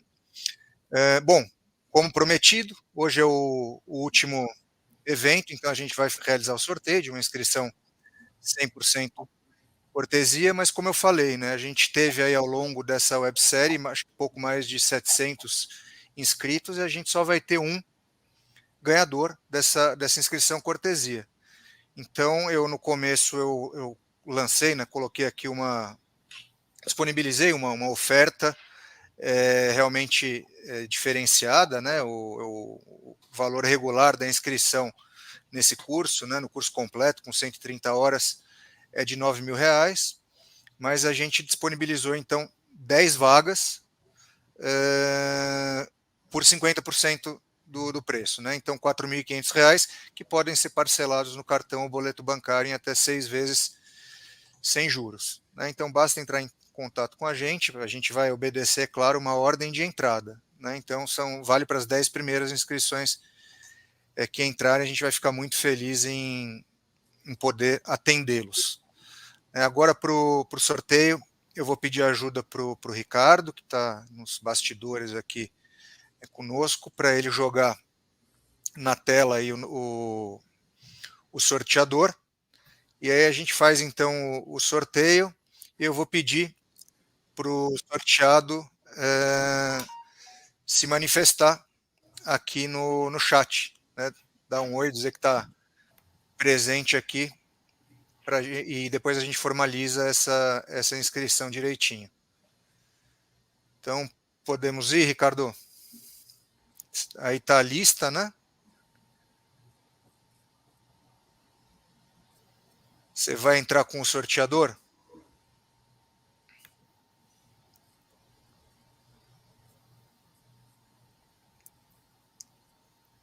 Acho que sobe a lista no sorteador.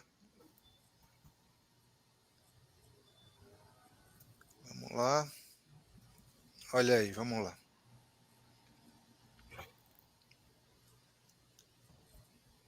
Então, em tempo real, ao vivo, fazendo sorteio. Boa sorte a todos.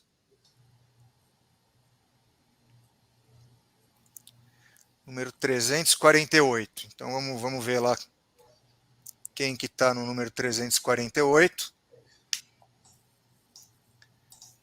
Dá um oi para a gente aí no chat. Você vai jogar no chat, Ricardo, ou você vai mostrar a planilha para a gente ver? Ah, tá entrando aí a planilha. Vamos ver. 348 foi o número.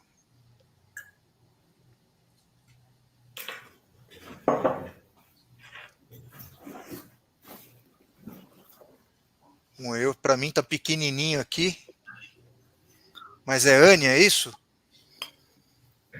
Ânia Gomes? Poxa, presente, está presente aqui. Ânia, eu posso dizer que você é uma pessoa de sorte, hein? Puxa vida. Mas também, né, valeu o esforço. A Ânia está acompanhando a gente, acho que se não foram em todos os 5, em quase todos eles, né? Muito bom. Muito bom. Olha, super parabéns, Ânia. A gente vai fazer contato com você. Parabéns aí pela cortesia. Vai ser uma satisfação contar com a tua presença. Espero que você aproveite e desfrute bastante do curso, né? E, assim, aos demais, fica aí o meu convite, né? A condição que eu coloquei, eu fico aí à disposição de vocês, né? Para atendê-los. Espero que vocês tenham oportunidade de participar, né? Acho que a gente em 5 webinars, né? Com quase 8 horas de duração. A gente já conseguiu trazer, né, uma quantidade, aí, uma qualidade de conteúdos, debates riquíssimos, né, que dirá num curso com 130 horas, né, com uma seleção aí de professores que realmente estão à frente aí quando a gente pensa no processo de industrialização da construção. Então, assim, olha, muito obrigado. Hoje, especificamente, a Miriam, que já teve que sair, mas quero deixar aqui o meu agradecimento a ela. Virgínia, muito obrigado. Edson, foi um prazer. Paulo, como sempre, né, em boa companhia. E um super obrigado, mais uma vez, aí, à audiência de vocês. Espero revê-los em breve no curso a partir de 2 de agosto. Maravilha. Boa noite a todos. Boa noite, obrigada. Obrigado, boa noite.